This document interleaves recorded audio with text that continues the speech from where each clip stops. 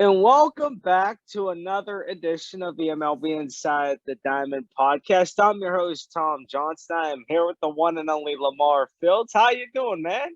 Pretty good yourself? You know what? It's just another shiny day in paradise. Yeah, It's pretty hot out.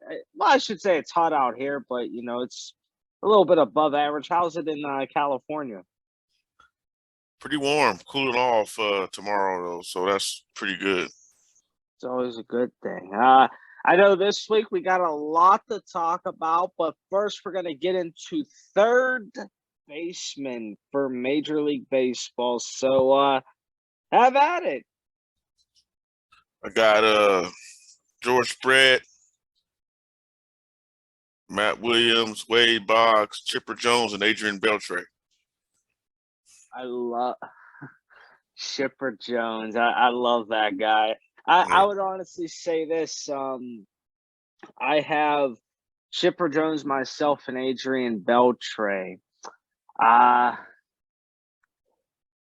Dear God, if I even go, you know what? I want to go Kevin Youkilis. That guy was just I loved his batting stance. He always got me with that. And then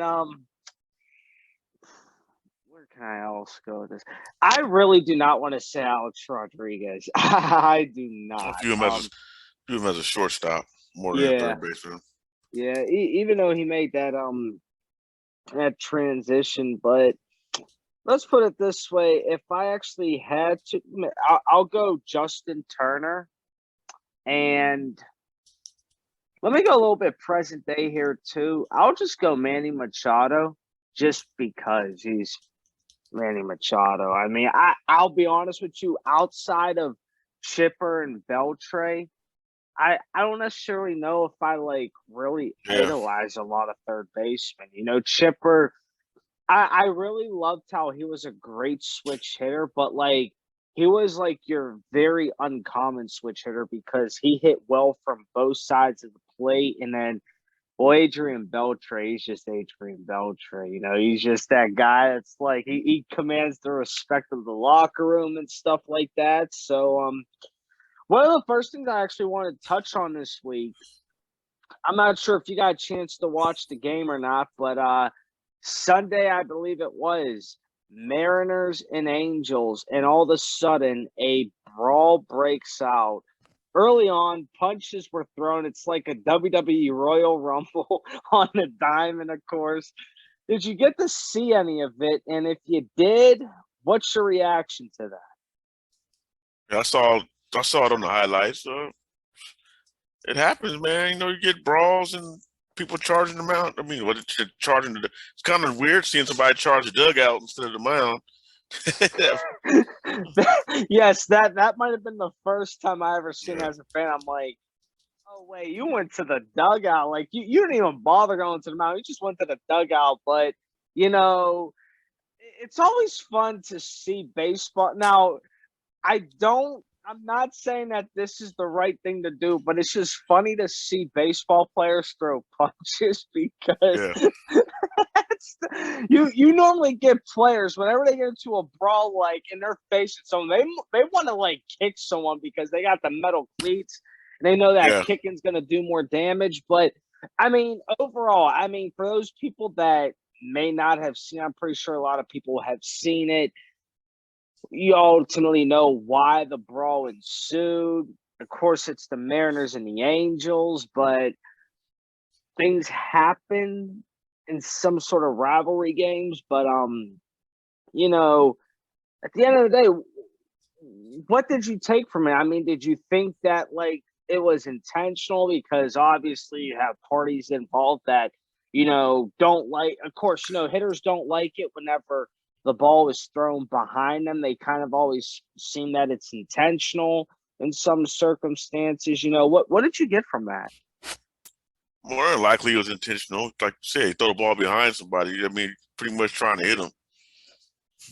That's what I think. Oh yeah, I was kind of 50-50 on it because here's why. You can tell when someone's intentionally throwing it at you versus just throwing it behind you. I mean, yet again, though, the magnitude of the game, not saying it was a really big game. I mean, it's Mariners and Angels. It's an AL West matchup, though, but it's hard to say. But, let's just be realistic, though. Whenever that kind of brawl ensues, you kind of just think that there's some sort of intent, but you honestly have to figure out why. It's like dudes charging the dugout and not the mound. Yeah. I would honestly think to myself, okay, there has to be a real serious issue of why you're charging the dugout and not the mound. But Some probably was said out the dugout he didn't like. that's true. That is true. I do know in the past, there have been some mic drop bombs on Major League Baseball players because the mics will pick up some unfortunate language over the air, and then the broadcaster's got to apologize and the whole 9 yards. But it just gets fun because you'd be like, oh, you went that far, okay. But yeah, I mean, it's classic Angels Mariners game and stuff like that. But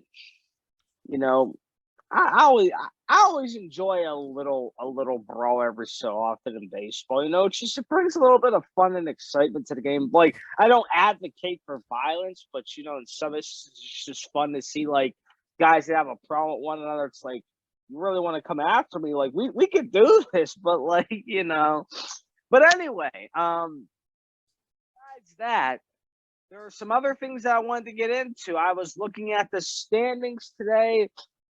And boy, oh boy, the hottest team in Major League Baseball, ladies and gentlemen, is the New York Yankees. I mean, this team is just they only have 9 losses at home.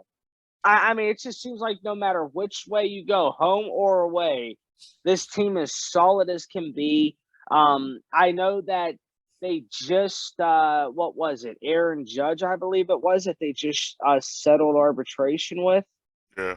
And stuff like that, but that's going to be another contract handed down too. Let me tell you, but first team to about 60 wins. But here's what I really wanted to get an overview of your perspective from before we hop into the Freddie Freeman stuff is with the MLB standings. Now we're approaching the 4th of July weekend. And by the way, I did get the hats for Major League Baseball. I told myself I would not buy any Pirate gear this year. And I just caved just because I really liked the 4th of July hats. I seen them and I was like, I gotta get them. And then the fitted ones, since I really didn't know the size of my head, that we can all laugh at that at the end. But I had to go to Lids and I asked you, I was like, do you guys do head measurements? He's like, no, you're just gonna have to try all these hats on. I'm like, really? And so I got the original hat online, but then the fitted hat, I went to the store and I bought it. I'm like, this is just great. But really like the hats. Great to see 4th of July baseball this weekend. I know the Pirates are off. The schedule, gods must be on their side for whatever reason. But I wanted to get to a surprise here. And if I may include this, I want to say this. At this rate, a surprise team in the AL East, and that's the Orioles. And just hear me out when I say this. I would have thought that, okay, yes, they are 21 and a half games out of first place. They're just done. But here's the key part is that they're 35 and 42. I honestly thought that they were going to be a lot worse than this at this time of year. I honestly predicted them to maybe have around 20 wins and maybe have close to the amount of wins in the loss column that the Yankees got and that they don't. But it kind of surprises me in a lot of ways, and the same with the AL Central. The Guardians are only 3 games out. I know how you said the White Sox have been surprising. The Twins are kind of surprising, but they're kind of not at the same time. And then going to the AL West, I also know how let's just be realistic. the AL West is done. I mean, like, we don't like Yeah. to say never, never, but yeah. But I want to get your thoughts on the Orioles. I know you might not. I'm not sure like where you're at with following some of the East Coast teams, but just seeing where the Orioles are, where everyone had like said like, oh, they're gonna be the punching bag of the AL East. They might be 21 games out, but their record indicates that they are not a punching bag in the AL East. Yeah, they're playing pretty above where I thought they were too. I mean, they're competing. That's all you can do, man. You got a team that's not much talent, just go out there compete, and young players get more experience, and they playing pretty well. Just to give everyone a perspective, they are 17-25 on the road, and they are 18-17 at home, and they are 6-4 in their last 10. To me, I'll just be honest with y'all. I give the Orioles credit. You know, I mean, it's baseball. It's a long season, but let's just be realistic. For them to have the record that they do at this time of year, it's surprising to say the least, but it doesn't surprise me. Now, the Rays, on the other hand, they like swept the Pirates the whole 9 yards. I mean, I don't know what to say about the Pirates anymore. I really don't. But then, you know, transforming it to the National League, this past weekend, Braves and the Dodgers played. Freddie Freeman got his welcome home to Atlanta, got his World Series ring. And one of the last things I actually want to talk about today, and we could put on this a little bit, is there's news that Freddie Freeman fired his old representation because apparently there was a deal that the Braves offered Freeman that Freeman was unaware of until they went to Atlanta this weekend, and he fired his agent over it. LaMarr, I need your thoughts on this because from what I've been reading, this is totally messed up for an agent to actually do this. To me, this is the agent just looking out for like the agent's payday and not even having a care in the world for like what his client wants. Yeah, that's pretty much what it was.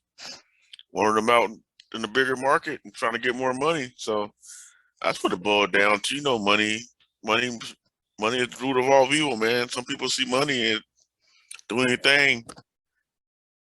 And as you can see, he fired his agent. Yeah, folks. If I am anyone, I'm just I wouldn't be happy if I'm Freddie Freeman because, like, okay, we all know that taxes in California are outrageous, especially in like Los Angeles and a lot of the higher populated areas. But whenever you're an agent and you know that the team, that the organization that your client has been a part of his entire career is offering something that he's looking for, and you just go to your client just like, yeah, the Braves aren't offering you nothing and this, that, the other, or you're sugarcoating the deal.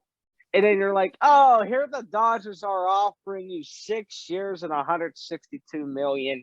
Folks, this is just abysmal. I mean, when I say this is legit, agents saying I'm only worried about my pocket and you could just go wherever. It's just like that's what it is. I mean, to me, here's what I have to tell people as a person that like is very interested in this kind of work, like just the study of it and everything. To all of you baseball players out there, choose your representation wisely, but more importantly, make sure that the guy actually knows that like you make sure that like your agent makes you aware of everything because like, you know, I just find it ironic because here's the irony of this. It's not even just the fact that, okay, the Dodgers visited the Braves for a weekend series. It's the Dodgers visit the Braves and then Freddie Freeman's very emotional. I understand it. Like the guy's always been like that. I get it. But then it's like, you had the World Series ring on top of that. yeah, that this guy gets cheered, which rightfully so. I mean, he's done a lot of great things in Atlanta. And then all of a sudden, this story breaks.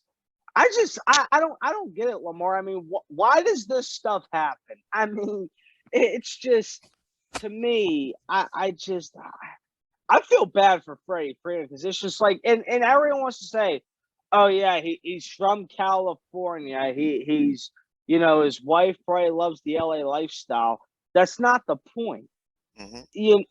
That's really not the point of this. It doesn't really matter about like where you're from. I mean, unless you got interest in going back there. I mean, but to me, it was pretty evident from the on stretch of the offseason that Freeman wanted to stay in Atlanta if he was presented with the right deal. And according to this report, it was essentially presented with the right deal. His agent just totally Yeah. blindsided him and stuff. So for those that didn't know, the Braves made a $135 million deal and a 5-year offer that was still on the table in the first days after the lockout ending. And this is all from ESPN. And then his lead negotiator, which is Alex Anthropoulos, the head of the baseball operations for the Braves, and represented proposals on behalf of Freeman significantly higher than a $131 million offer, giving the team an hour to respond. The Braves bumped their offer to $140 million, not close to closest proposals. So I just don't get this because, okay, here the Braves are, and they make a blockbuster deal to get Matt Olson and sign the 27-year-old Olson to an 8-year deal for $168 million. Hmm. Now, to me, and I don't think people understand this, Kate. People were getting the perception this entire time that like Freddie was looking for some outrageous deal that the Braves couldn't give him. According to all these reports, just in the past 24 hours, the Braves are willing to give him what he wanted. I'm just so baffled on how your agent can mess this up this badly. I mean, I don't get it. And people could say it's the money greed. I get that, but like, you got to ask yourself this: would you actually make more money off of a deal with someone getting signed to the Dodgers, or would you make actually more money? Because think about it this way: taxes in Georgia and taxes in California are two different. I believe that they're very much cheaper in Georgia than they are in California. But it's just a simple fact that it's Atlanta versus LA. I just think that in a lot of ways, I think if you looked at it, his agent probably would have made a prettier penny off the Atlanta deal than he does off the LA deal, because it's just like, okay, whenever you factor everything in, are you actually making the amount of money you think you are, or are you actually going to make less? And to me, I really feel bad because it's just like, okay, well, if Freeman was willing to accept, like, to me, it just seems like the Braves are willing to like give Freeman what he wanted. I mean, he's still in his prime. He's like that age to where it's like everything can go right, and then it's just like this. I just, something told me early on that not necessarily that a deal was messed up, but some kind of shenanigans like this would have happened. And I just so question why it's when the Dodgers visited the Braves that all this turns out. I mean, any insight on this? I'm just lost for words, truthfully, because it just seems like the Braves really wanted to keep him. The Braves really didn't think that what Freeman was asking for was too much. It's just, to me, it's an agent gone greedy that like needs to change. Because like, I get your worry about your little commission on the deal, but like at the same time, your job is to serve the player and get the player what he wants. if the player is going to get what he wants in Atlanta, then do the player some justice and say, hey, the Braves are actually going to make this happen versus swipe it under the rug. And my man deserves to get fired. He should get stripped of all of his negotiation. I hope this guy never negotiates another deal in Major League Baseball, because if that's how you are, bro, you're sending a sign to every single player. I'm not for you. I'm for my pocketbook and everything only, and not you at all. I don't even care if the team that you played for the past 12 years offers you it right. We're just going to go this way because that's where the money's at. Yeah, crazy. Or at least the money that he's getting paid. I mean, I don't get it, you know? And I mean, everyone can argue, oh, the Braves, they got younger with Matt Olson. Okay, Matt Olson is 27. I mean, Freddie Freeman isn't that actually much of an age difference compared to Matt Olson. The only difference is Freddie Freeman's been a Brave his entire career. Which would you rather have, the new guy or the guy that's been there for his entire career and actually won you a World Series? I mean, apples to apples and oranges to oranges. I'm going to take Freddie Freeman. But, I'm you see, I'm lost at words. I'm lost at words, because it's just like now it's like the song is, what if Freeman would have stayed in Atlanta? What could have happened? Like, what if? Because that's in the back of your mind, because it's like all these reports now. Like, that's one thing I kind of dislike about the media is they'll put it out there like, oh, yeah, this team ain't offering what he wants. He's going to go here, here, and here. And then all of a sudden, when a nice little homecoming happens, it's like, no, wait, they actually offered him what he wanted. So then why did you sugarcoat the report to begin with if we all knew that he was going to get offered what he wanted? It's just like, Lord, please help us. Freddie Freeman, I understand if you're a little emotional. I get it. You know, he spends his entire career in Atlanta up until this point, getting involved in the community and stuff. It's just, I really, and I don't like to use the word hate, but in a situation like this, I hate this situation because I actually want to compare this to Scott Boras, because everybody knows that guy for being the most well-established agent you could ask for, always ask for the big bucks, but it's just Scott Boras doesn't say, yo, I'm actually directing you here because this is going to make me rich. Half of his clients have actually gotten the deals that they've wanted out of their current major league club, and he's just okay, great, they're going to do it. Let's do it. It's not Boras never developed that reputation, just yeah, we're going to go here, here, and here because this is going to make me 6% richer than what this did. It's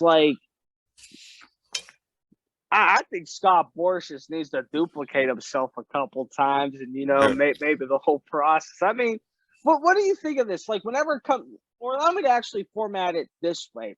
Whenever it comes to agents, do you think that there should just be a small cluster of agents that just represent the vast majority? Or is it hey, this player's agreed to have you represent him? Or do you really think that it should probably be more of the players representing themselves? Because think about it this way. If the agent represents the player, the agent gets a cut of that contract or however it factors in. Whereas if the player represents himself, let's just be realistic, he's saving a lot more money. Yeah, but player represents themselves. They don't know what they're doing. They can screw themselves out of a lot of money, which is why you don't see a lot of players doing it. You start trying to play hardball and end up losing money, and that's why they go to these agents who go to school for this stuff. I mean, boo-hoo, Freddie Freeman. You get to go play. Oh, you get to go play for the Dodgers. Oh, what's so bad about playing with the Dodgers? I mean, you want to be home in Atlanta, I get it, but boo-hoo. We've got a lot of money. You playing on basically an all-star team that got a chance to win the World Series. Hey, you playing at home, so I mean, hey, sucks it happened. but it is what it is, man. Oh, totally. Yeah, You know, it's I mean, hey, baseball. I mean, at the end of the day, these yeah. guys understand it's a business. That's Now, the whole I object. get he want to be in Atlanta. I mean, you hired this agent, you put your trust in him, you fired him, but you got to move on, man. Can't live in the past. Oh yeah, Yeah, it's just because like you know what, I'll be honest with you. It's like there are like some reporters I've gotten to know throughout the years that like yeah, they represent themselves because they're like instead of the agent choosing for you because really all these agents are worried about is getting that percent of that check or that contract. Whereas mm, if you represent yourself now, here's where I could say it's actually a little bit easier if the player were to represent themselves because okay, if the player knows what they're worth and they say I've done this production for this long and like it's sustainable to say that I'm able to ask for this. And that's like they look at, okay, well, who's like near me talent wise or near me age wise it's also due for a contract? Or like you could honestly go with it from this perspective is okay, this team, these three teams, X, Y, and Z, they are interested in me. What are your offers? And then this is my current team. What's your offer? And it's like you can kind of piggyback now. Not everything's like about the money aspect, even though the objective is to get paid, but it's also like, okay, well, if I got four teams vying for my services, which team willing to go the most out for me to where it's like, okay, we can make this a combination just because it's just I get it. He's from California, he's home.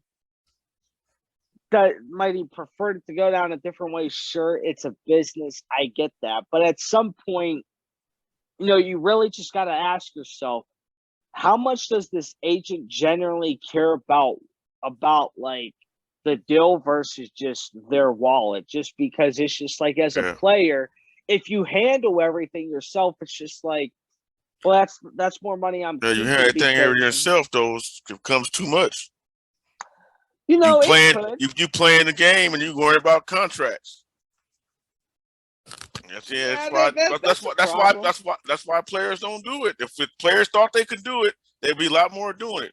I mean, a few do it, but more than all, they had these agents let them do it because they didn't want to be dealing in and out of meetings every day, doing all this and that. Exactly, because Yeah, after all, I mean, all an agent really is an yeah, entertainment lawyer, but they yeah, are like legit a lawyer yeah. that just specializes in contract negotiations. And I mean, I get it. It's like the players they don't really want to be in like a 4 hour long meeting. Just Yeah, like first off, I don't even know how these meetings can go yeah. like 4 to 6 hours talking about hundreds of millions of dollars. I'm just like, like did y'all like do the preliminary hearings in court and then it's just like y'all just dragged it into the office? Like I took a class on this in school, and I'm like, please tell me how this makes logical sense. Like, Yeah. I just, I'll never understand how it takes a magnitude of hours, but that's beyond me. I guess they look at a lot more like negotiating points. Just say, well, this is what he's currently valued at, but I listen, I get it. You don't want to be in the office for that long. I get it. You have Yeah. a lot more things to worry about. Where it's like, let's just entrust the lawyer, knowing that he's gonna get what he can get out of it and go from there. I get that. It's just it is what it is. But at the end of the day, hey, did Freeman get the deal that he wanted? Sure. Could it have come from Atlanta? Sure. But guess what though? There's always never a perfect ending to a perfect story. I mean, I can't really say it because there could be a perfect ending, but at the end of the day, who's to say that he was meant to finish his career as a Brave? And then all of a sudden, all these people want to come up with trade talks about, oh, let's just send him back to Atlanta. Like, bro, do y'all not know how much y'all paying Matt Olson? Like, y'all finna have like two guys making 300 some $1 million. and they're all at the same position. It's just like, tell me how this makes sense. But, you know, one thing I would like to say before we officially wrap this up is congratulations to Ole Miss, College World Series champs, first title in program history, and this is like the second year in a row because I know Mississippi State won it last year, where a team from Mississippi wins the College World Series. It's just, I don't know what it is about. I mean, I know what it is about baseball and the SEC, but more importantly, the state of Mississippi. But it's a tough scenario. But I just know that, hey, you know what? The Freeman deal, it's done. I mean, he's at least producing sporadically or producing to a better extent or whatever you have it in Los Angeles. It's just business is business, and that's just the way you got to look at it. So, you know what? Hey, I just know that there's other things in baseball that are not so heated up right now, but pretty soon. Oh, last thing. Jr. said he's not participating in the home run derby. I'm not upset about this at all. LaMarr, what do you got to say about it? I don't even think he I ain't really gonna say it either. Messes up. Tends to mess up your swing. does. Yeah. I've seen a lot of home run hitters that they're not the same in the second half, Yeah. and it's crazy. Well, I shouldn't say it's crazy. It's unreal to see how much the home run derby can actually take out of you. But Yeah. you know what, folks? We're approaching the All-Star game pretty soon. We're approaching the home run derby. Hopefully we got some time to find out who's going to be participating. But Vladdy Jr.'s not. I am not upset about that. There are plenty of other guys that can do that. So with that, that's going to do it for this edition of MLB Inside the Diamond podcast. We'll be back next week with another one, and we're going to look at more creative ways to, spice this thing up a bit and stuff. And, here's a bright side because baseball is the only season in session right now. We're in the 60-day range until college football. So we got that going, and we at least got that going. But other baseball news, Troy Tulowitzki used to be the hitting coach of the Texas Longhorns program. He was a candidate for the USC position, and he struck that down. Oh, and he's not returning to Texas either, so there's that. He's going to be doing some consulting work with NIL deals, I believe, and all that stuff. But shout out to Troy Tulowitzki. What a nice power hitter and whatnot. But we'll be back next week with another edition of this great podcast. And until then, enjoy the rest of the week in Major League Baseball.